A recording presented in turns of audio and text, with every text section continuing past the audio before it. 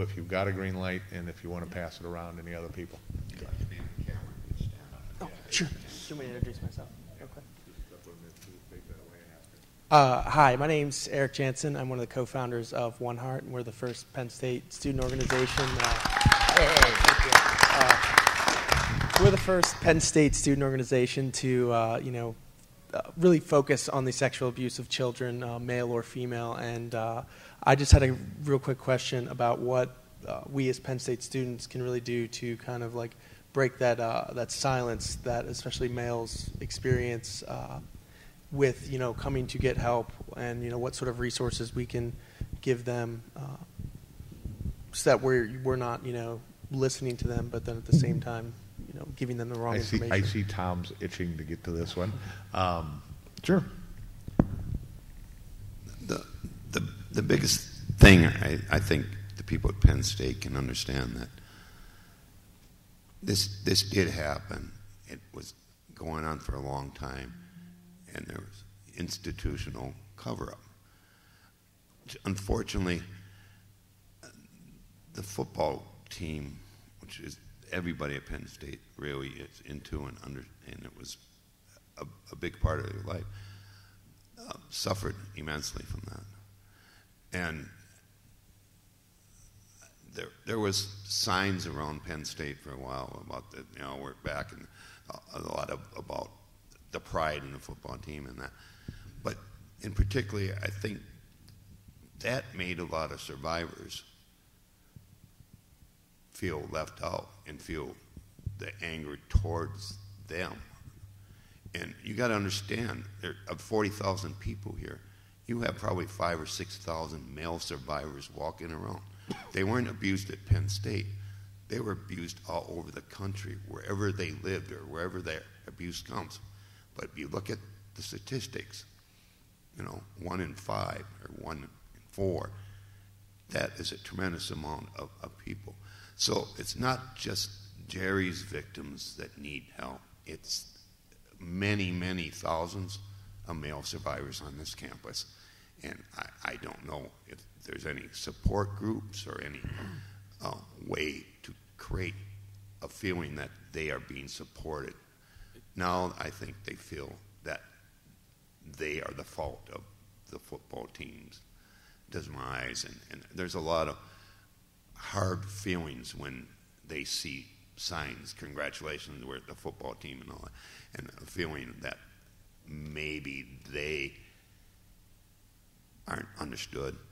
It's trying to understand and trying to grasp the fact that Penn State created a whole new, Jerry, I shouldn't say Penn State, but what happened here, when it first happened, I thought might have be one of the best things that happened to male survivors, because we're finally in the national limelight. We're not a limelight, but the media was paying attention. We were getting stories told, and thousands of survivors have come forward around the country because they know they would be understood and heard.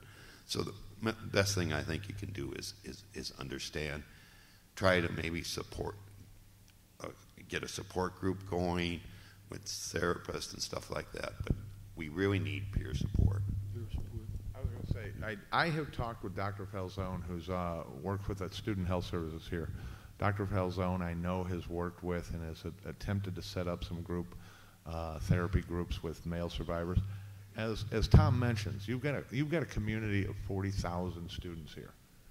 Statistically, as we talked earlier, 1/4 of them are survivors. 1/4 of them have probably been abused before they were 18 years old. Most of your college students are 18 or older now.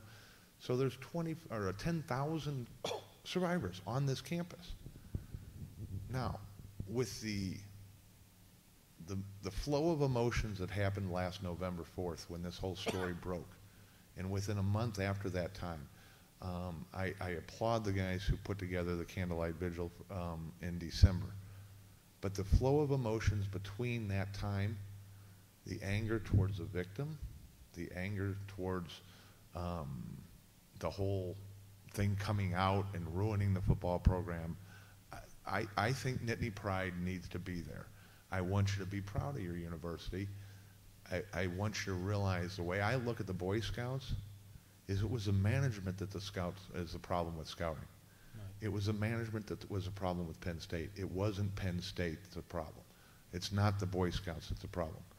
But when that anger was shown about how it tore down Joe Pa, imagine how all 10,000 of those survivors thought, well, my God, if they're that mad about somebody coming forward now, I'm not going to mention it. I'm scared to death, especially male survivors, because it's so unmanly to have been abused by another male or by a scout leader or whatever. So my biggest suggestion would be to create an atmosphere on campus with the Student Health Services Center where it's okay to just tell. I mean, I happen to be a board member of Just Tell, but it's important to come forward and to talk. I think everyone on this stage can attest to the fact that the first time they shattered the silence and let the secret go and told somebody, whether it's a friend, whether whoever it was, the weight off our shoulders, that number one, you realize that, okay, now I'm sharing it with somebody else, he can help me carry it. But the other big thing about telling is that then those people can become your support network.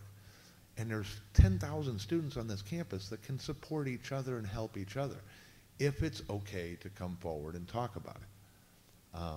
One of the things that I say 100 times, and I'm going to open this up to the other guys too, but I say 100 times over, the energy that I spent for 43 years keeping my secret, actually it was 30 years because when I was abused to the point where I disclosed for the very first time, the energy I spent building, creating the lies, creating and keeping my secret hidden, that energy was so, all the things I had to do and use. I had no energy to live life. I used drugs to get myself up, just to get out of bed. I used drugs to go back to sleep at night.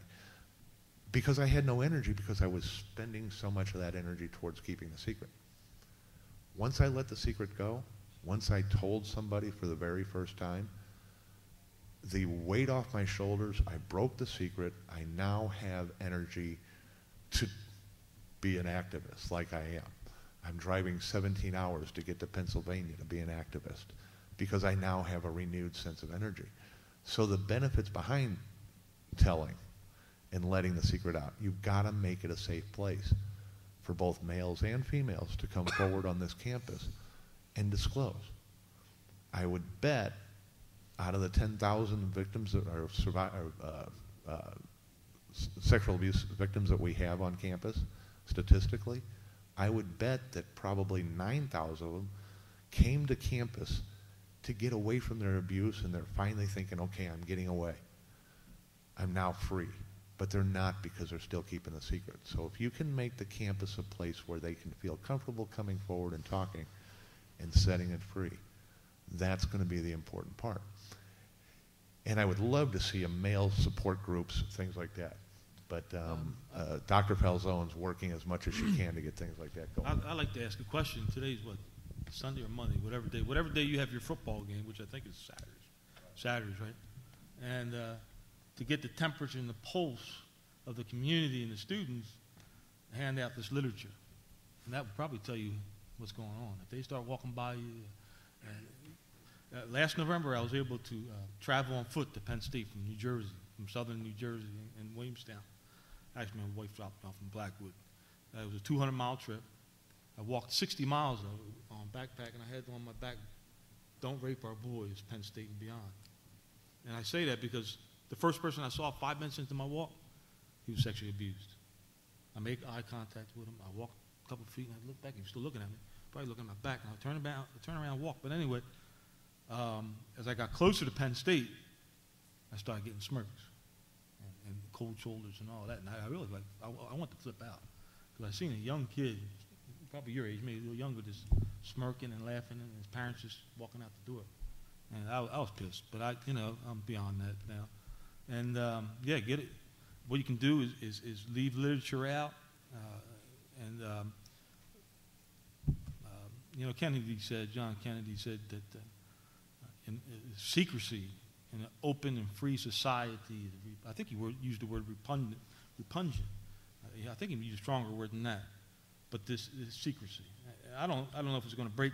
I want to be realistic. I think this is going on because it's so deep-rooted in human nature, not human nature, human behavior. This is so deep-rooted, not just child abuse. And child abuse, there's ancient civilizations that threw children in volcanoes. God knows what they did to them before that, to appease gods. But if you give out literature, and this, I got Mike Lou's book somewhere in here. Mike Lou is a pioneer. Howard Franken, which he was the doctor on here, he's up there. Howard Franken are pioneers in this cause. Watch these guys, emulate them, see what they're doing, and be pioneers. That's all. This is big. I think it's big as the women's movement in the 20s and the black movement in the 60s. This thing cuts across all that. Women, black, white. It might be the root of all them. Well, one of the statistics that we know that are out there right now is that the male survivor outreach and/or services that are available for male survivors is 30 years behind what women have. We are so far behind getting to men. It's very important, and a little back to your question, is to reach out to the guys, to reach out and express to them that it's okay to tell, that you're not alone. I'll be happy to leave you guys. I'm sure Vivian and I will be happy to leave you guys a case of cards that if you want to hand them out at every football game, I don't know what's in a case, but 107,000 people in the stadium may not be enough in one case, but we'll get you cards. Make it an atmosphere here that everybody on campus realizes that it's okay to come forward and talk. Whether it's talking to a professional, talking to a dorm mate, talking to your RA. It's got to be someplace where it's okay and safe to talk. I think you need to talk, because if you don't, it's going to kill you, I think we talk about survivors. How about the people that have not survived? They have committed suicide, and there's probably bigger numbers than the survivors, I think, and they're dead from suicide, or they were in the wrong place in the wrong time and shot by authorities, or how else do you die? Disease. Yeah, alcohol and drugs. Yeah, I think this is the root of really most diseases. We've got a question behind, a couple of questions that we'll pass the mic and move along here, Rue. To tie in with your question, having a son who is more of your age, if you have literature, make sure it has men on it, posters with men on it. 1 in 6 has brought their One Blue String project. That would be ideal for this culture. Get the musicians in the area on the campus to put a blue string on their guitar, so the men of this campus can see your united brotherhood. I know that Sean often has commented, "Mom, that eating disorder poster only has girls. These books are only about girls. These pamphlets are only about girls." And so if you have an office, if you have something to that effect, if you do public service announcements on campus, have men do them. And that's how you really can reach your male population. Yeah. And let me add to that, just real quickly, the male resource sheet that I prepared that's out there on the table some of the sites obviously include women and sexual abuse, but I tried to, the URLs and the whatnot, I tried to very, very much narrow down to male specific. So if you take that sheet and start working from that, you'll find a lot of male resources that you can start reaching out with. So there's a lot of depth to that sheet once you start going down the line one by one. Anyway, go ahead. Okay, make sure I'm doing this right before I scream in your ear. Okay, this close? Is that better? Okay. I believe 3 of you had a substance abuse issue and 1 with an eating disorder. And how important do you think it is for acknowledgement in substance abuse treatment that this may be it? Do you feel like you needed to solve the underlying issue in order to get forward through that? Or do you think it's a separate issue, I guess? No, I think it's one and the same, and I have to tell you that I do a lot of speaking, and I have spoken many times at halfway houses and men's centers and things like that. And I'm not the most popular guy on the block because I'm not excuse me, I hope I don't step on anybody. I'm not the Gestapo AA guy. Yep, good point. And when I deliver my message, I tell them what it is about, what it came from, and why I have discovered what happened. And one of the things that I say is if you are in here, and I go to hospitals as well to, dual diagnosis and whatnot. One of the things that I'm passionate about getting across is that if you are in here and you are a chronic relapser, the chances are that it is more than just plugging the jug, and you're not going to find it within the blue bindings of that little thing they call the Big Book of Alcoholics Anonymous. Now, on the other side of that, I have to say that my sobriety is contingent upon early step-by-step following the steps, doing the work of Alcoholics Anonymous in that program. If I had not done that first, I would not be sitting here talking to you. However, as my recovery and restoration has gone along, I have seen that every time, because I've had, my story is weird, and I'm sharing a little bit, I'm going to be really brief, but I've got like 27 of the last 35 or 6 years clean and sober. But I would put 2 and then 4 and then 10 and then 5, and I would do the work. I've been in workshops that Bradshaw facilitated. I've done 12-step, and I've had some of the best sponsors. I've done this. I've traveled around the country making amends. I've done all of that. The last time I relapsed, I want to tell you what happened. Because when I'm clean, I live a wonderful spiritual life. The last time I relapsed, I was at a silent Buddhist retreat up in New Hampshire. And within 6 or 8 hours of me leaving there, I was on Crack Street. And what I know now by doing some trance work after that is that the building that I was in reminded me of the building that my granddad ritually and sexually abused me in. And I had a flashback, and I had to get away.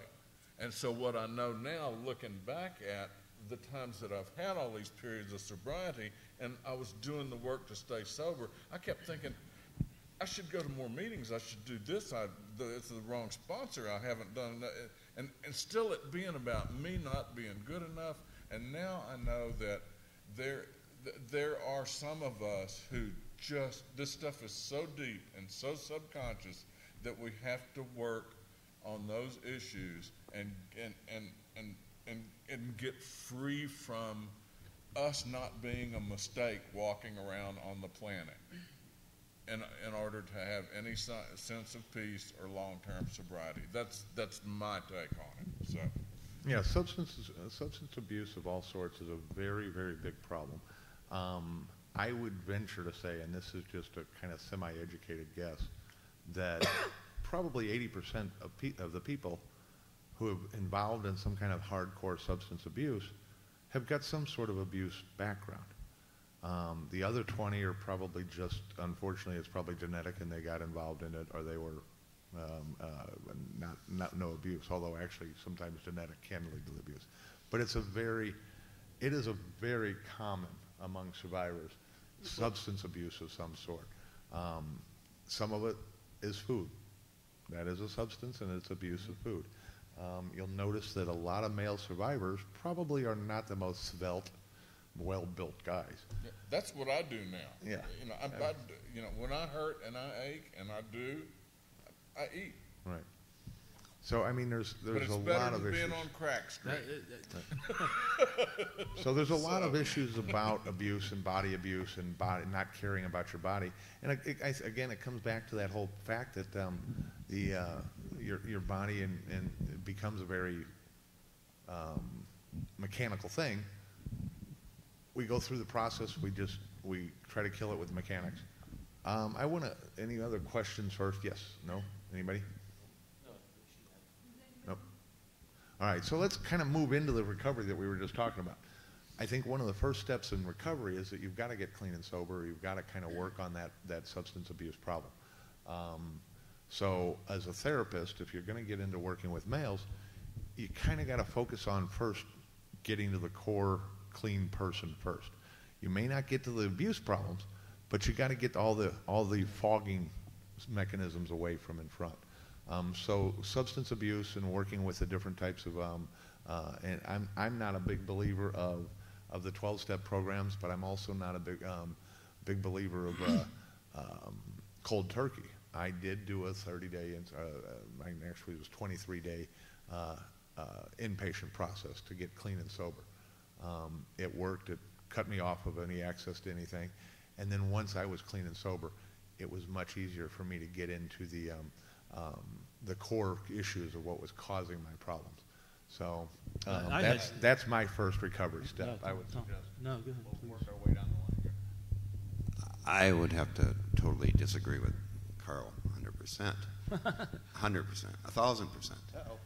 I do not think the way it's working now is working, because the root causes is what's driving you to the alcohol or the drugs or sexual promiscuity or promiscuity. Little Archie Bunker there. But I don't think you can. I think that you cannot do it that way. I think you have to deal with the abuse. Maybe it has to be together, but I do not really think getting sober, dry and sober, is the way to do it, and then trying to deal with your abuse. Unfortunately, 99% of every place you go for treatment will tell you not to deal with that now. Let's get you clean. Let's get you sober, and then we'll deal with that issue. I do not think it works that way. It doesn't, in my opinion. I understand you have to get to the point of being functional, and I understand where you're coming from, Carl. I wasn't functional. Right, but did they give you any, if you had asked for help dealing with the sexual abuse, they would have not given it to you. I don't think, and I'll leave it at that because I want to talk about the whole scenario in the next section. So. Recovery ideas or thoughts? I'm not entirely sure what to say about your two different opinions, but What your opinion? How have you dealt with it? I think that the only way to deal with it is to get to the core issue. So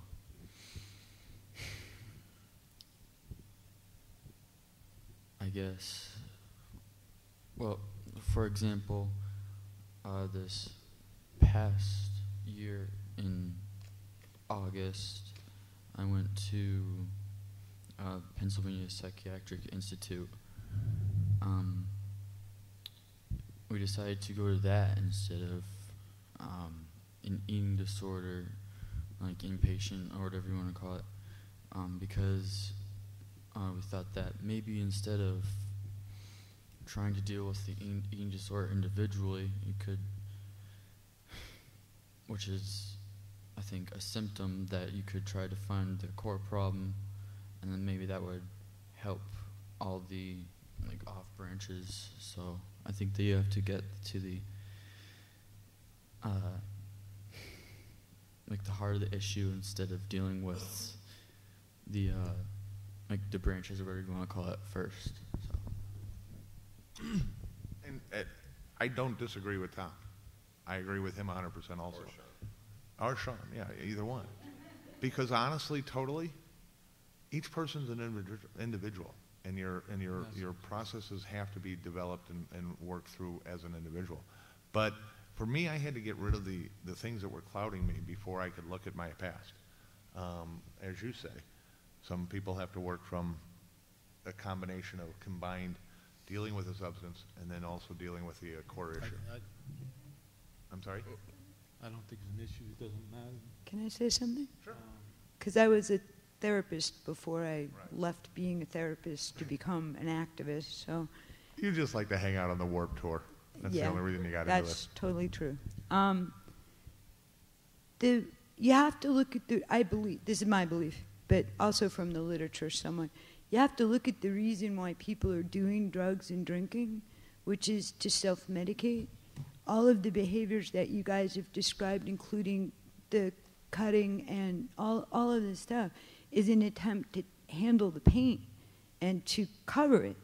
And so when I work with survivors, I would not expect them to be able to get clean and sober until they could manage the pain that was coming out. So frequently you would need to prescribe medication, for example, and they could get clean and sober on the anti-anxiety or the antidepressant or whatever, and then you could work through the issues and hopefully they wouldn't need the anti-anxiety or the antidepressant after that.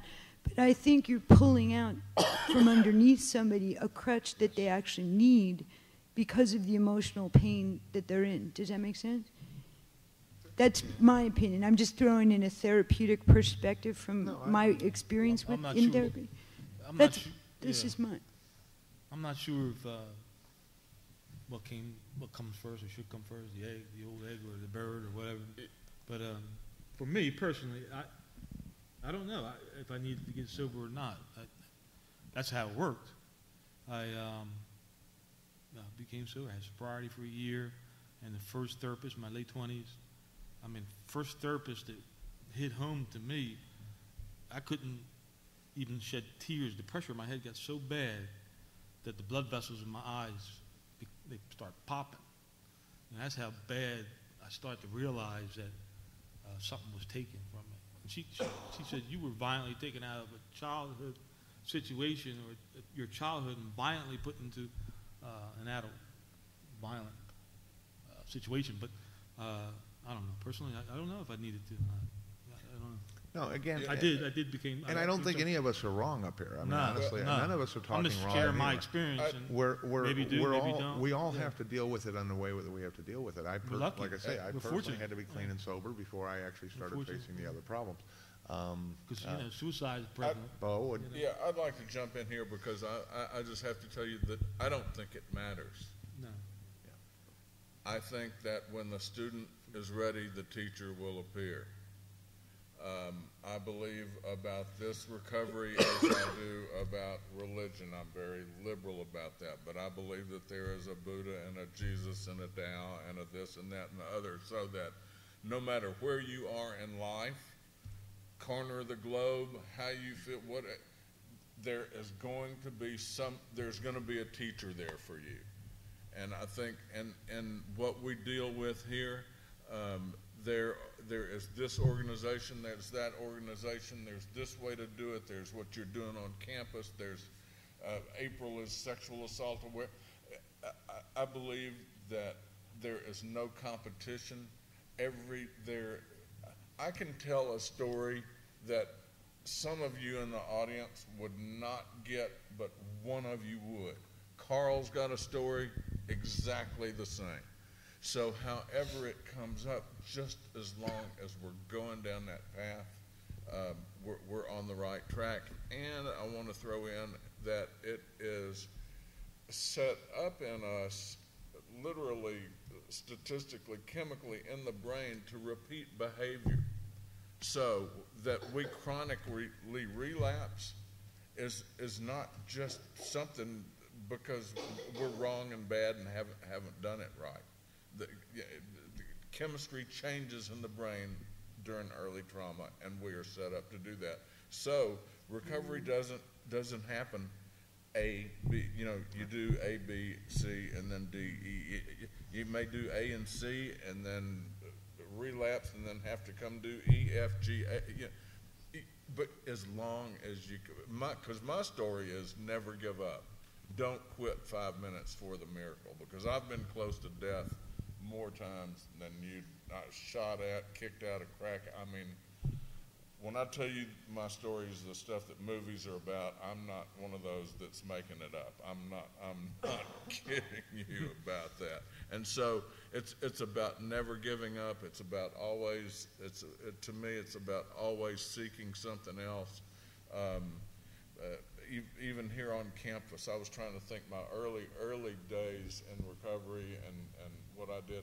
And I think probably what affected, because I wanted to get more back to your question, what really was effective for me early on was I found one, SIA, Survivors of Incest Anonymous.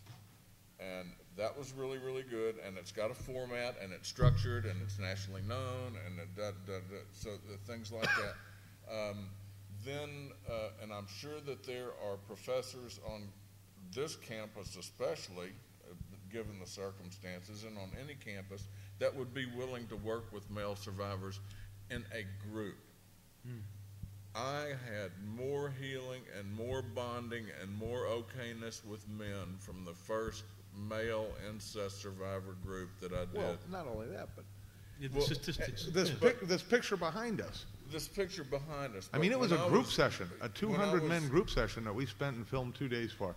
And yeah, that group interaction is I think, very important for male survivors because. And for myself, the earlier that it happened, and when I was young and really confused, as most of us were in this group about our incest and sexual trauma history, there was a group of about 6 or 8 men, and this was over 25 years ago. I could pick up the phone right now and call any one of those men and tell them I was stuck in Pennsylvania. They're all in Houston, Texas, and they'd help me. And this has been over 25 years ago. So starting in small bonds with a good facilitator in a small group, Right. and just not be, you know. And the thing about it, you don't want to go. People don't want to hear it, and you don't want to go all over campus. This is just my thought. We need to start male sexual survivor. Well, I have to tell you that people are going to start running from the aisles. I mean, they're going to be headed for the exits if you start doing that. So starting small, starting with people that do matter, who are recognized in small groups, and doing it, you know, one person at a time, one group at a time, and letting that expand. But just don't let it die. And I'm gonna reach my final point on this, because I'm so adamant about male advocacy. You know, Oprah opened the door for women, 20 years ago with her story.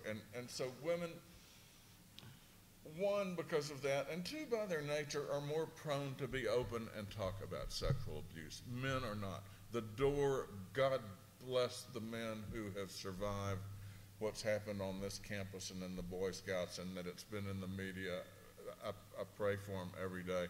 However, on the other side of that, we are blessed that it has happened and it is in the media, and that we now have some freedom to talk about it. And unless men are sitting right up here, by our nature, we will not talk about it. Women will.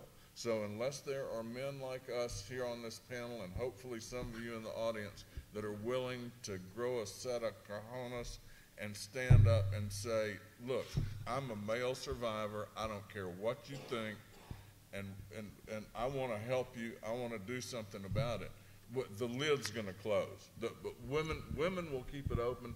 Men are going to let the door shut unless we sit up here and do exactly what we're doing right now. Did we kind of answer your question there? Okay. One other form of therapy that I know that we've got a specialist in that I'm going to give Sean a chance to talk about. He's experienced some things that has helped him a great deal that he's now giving back to. So I'm going to let Sean. Yeah. I don't know if any of you have heard of equine therapy. Anybody? Okay. Yeah, of course. Can I ask you, can you use the pedal steel? Can you put it and bring it to it? Because that noise is just a shame, because it probably, and then speak into it, that'd be great. Thank you. Okay. When my mom found out about this, this place up in Lake Ariel, which is, I don't know, 40 minutes north of Scranton. And the very first time that I went to it, I was nervous. I didn't know what to do. But after a couple of times of going there, I felt, very comfortable with myself. It's basically for kids who have a problem. It's geared for kids who have a problem with, talking out loud. Speech therapy isn't exactly the best form of therapy for kids, I don't think, because they're uncomfortable and nervous and don't know how to talk to a psychiatrist or anything like along those kind of lines. So, besides the great people that are there, I felt that I could. It's kind of silly, but I could kind of connect with the horse. It's kind of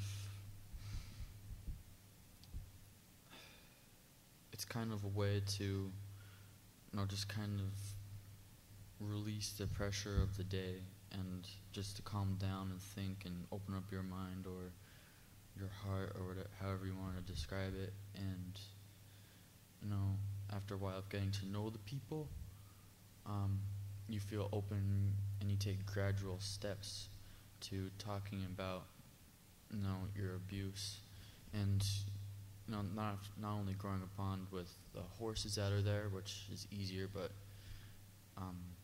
also getting to know the people that are there. So I know that has equine therapy has really helped me in on my journey to healing. So Marley's Mission.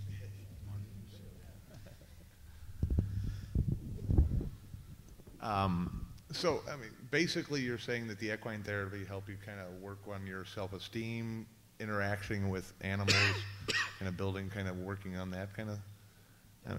I'm just kind of trying to summarize only because. All right. So, Marley's Mission is local, Pennsylvania, I should say, and I know they're working on it. I'm just kind of giving them a plug a bit because I know they're working on trying to develop their program and spread it throughout Pennsylvania. So if you want to go to marleysmission.com, or is it .org? .org? Okay. marleysmission.org. Any other therapies that anybody has kind of come across that I know you've talked about, what do you call it, Reiki? Yeah, I would like to go into that because I have done over my years. We've only got a couple minutes, so let's make them go into it. Very good. Thanks for reminding me. There are, I've done, if there's been a therapy or a workshop out there to do, that I have probably done it in the last 25 years. And now, and I'm really passionate into the psychobiological effects of trauma and healing. The data is in that there is X amount of trauma that gets stored in the body, and it cannot be released through cognitive therapy, EMDR, EFT, Jungian, whatever. It is released through energy work. There are several different kinds out there, and in the last few years, it has helped me. And when I get up off of that table, it's hard to explain. Tom and I were talking about, so I feel like things have left me, like I'm freer of something. Reiki is one of them. There is body memory recall. There's zero balancing. I do craniosacral work, but some sort of energy work.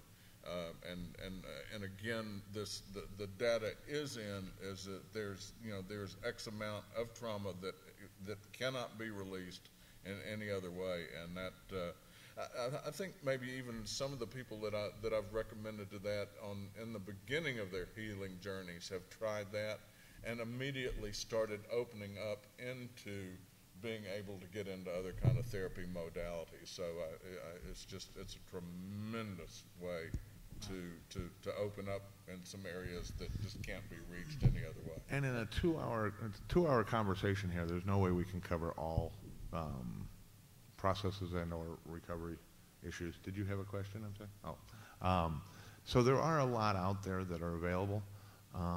we've talked about the beginning of the process, getting either clean and sober or working on both the core issues and the base. I do want to reiterate the fact that we have a huge resource list available for male survivors out there, but there's hundreds of resources. RAIN's a big one for both male and female survivors. There's a lot of great organizations out there, and don't hesitate to ask. Don't hesitate to go to the websites and get some resources that way. You had a question, Vivian? I'm sorry? We're going to wrap up here just talking a bit about what we really think we need out here now. No, go ahead. I'm sorry? I was going to say I could smell a T-bone steak somewhere or London broil. Well, we need that too, but that's not a resource. Yeah, it could be. Yeah. Did you have something along the lines?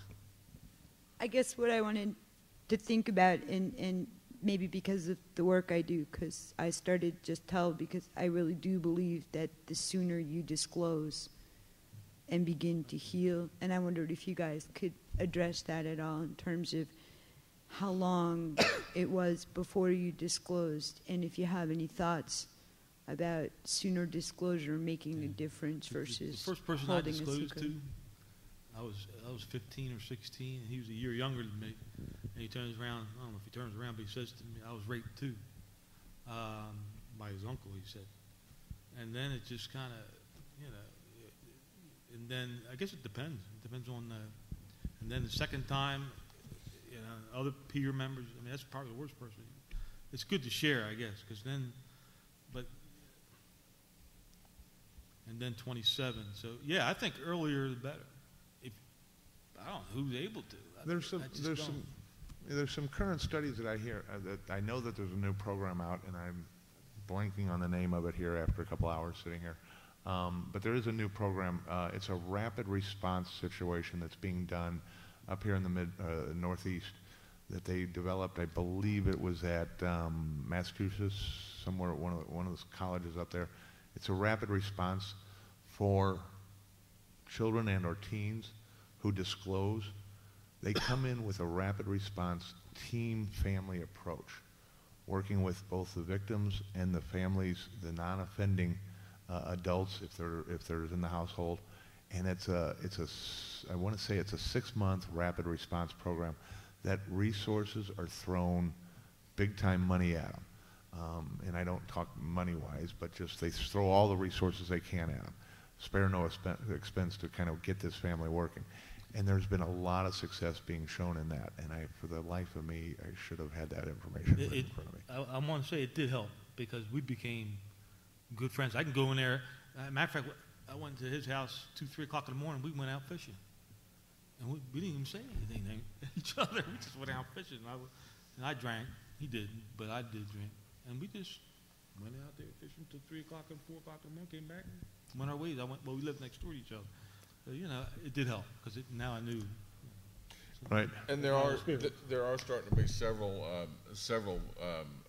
sciences on early detection, how for the family to open up and languaging to use, sex-specific therapists rather than sex therapists to go to, forensic interviewers and things like that. So that's a whole new market that we have to teach people, we have to teach one another, our parents, how to react responsibly. Right. That's huge, and is very little addressed. And some of the programs you were alluding to start there at the very beginning, because where do the pedophiles come from? Right. Well, they're not out in the corners. They come from our homes. Well, the changing modes, that's what Tom's wanting to jump in here on one of the changing modes, or wanting to hopefully change the mode of response and therapy-wise. But that's one of the big things that's going on right now, is the fact that they're beginning to realize that you don't just treat the victim. Because dear old mom is now suddenly scared to death of what's going on with other men who might be in the child's life, other women who, if it's a female abuser, other women in the life. They suddenly become a totally, it changes their lives as a parent also.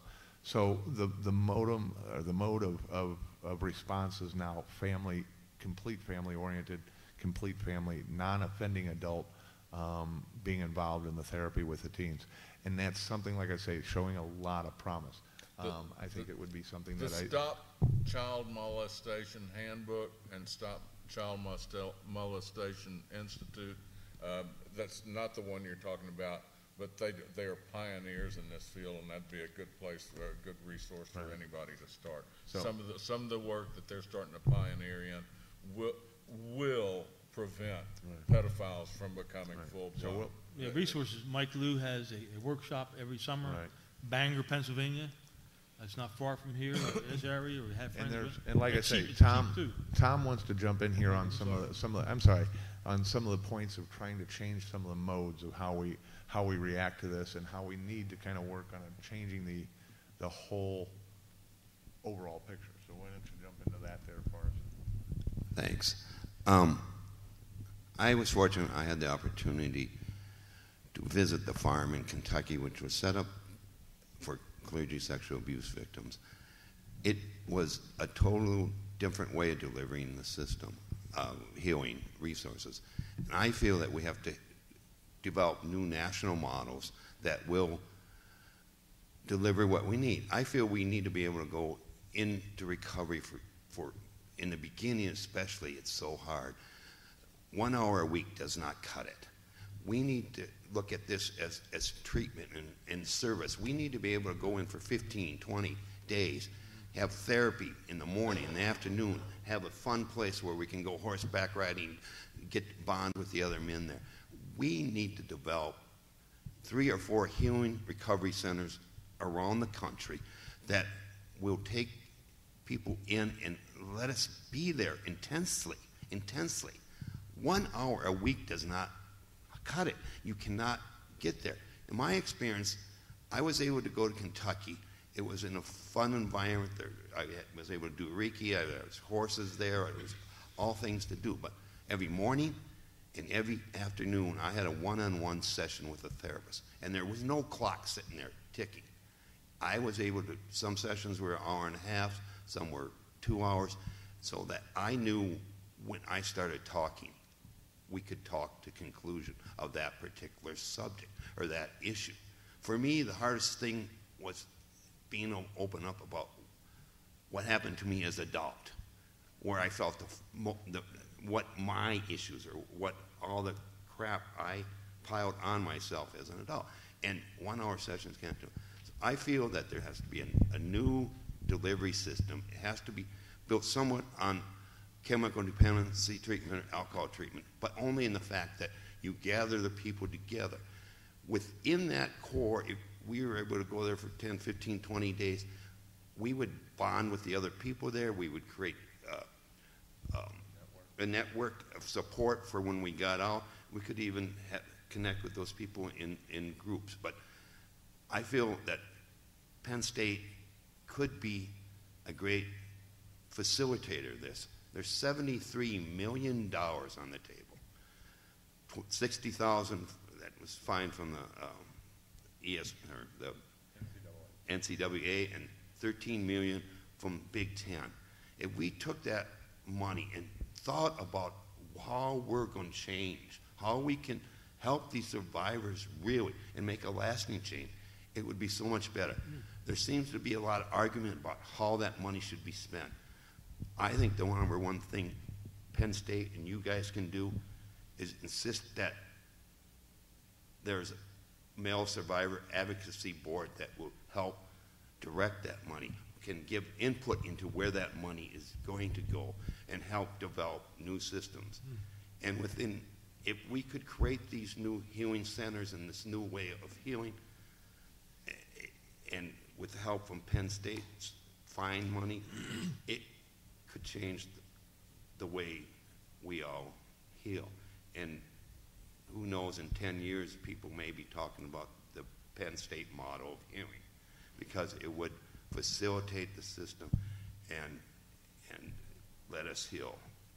And I would hope that you'd consider bringing us back in April during Child Abuse Awareness Month, putting on a day symposium or some talk, bringing in some specialists, and just focus on the male survivors and our need. child prevention is great. What they're dealing with today is super great, but we are being let out of the scenario entirely. And you got to think about the hundreds and thousands or millions of men out there that have suffered and aren't getting the help they need. Prevention is good, that's one side, but please make sure that we are thought of it and help us develop a new healing resource. It reminds me of what I wanted to say earlier is we need the young people. You know, we need the Shawns, and because man, Harold, he's got to be going close to 70 now.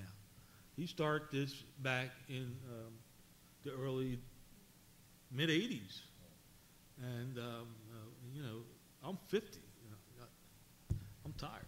Yeah, I want to party, man. But no, a big message of this, that what we'd like to try to get across is, again, developing the modes that would work with men. We're 30 years behind what women are getting now. Whether Penn State and the fines from the NCAA bring the money towards this or not, I can't say that's going to happen. Apparently there's going to be a board that's going to decide where the money goes.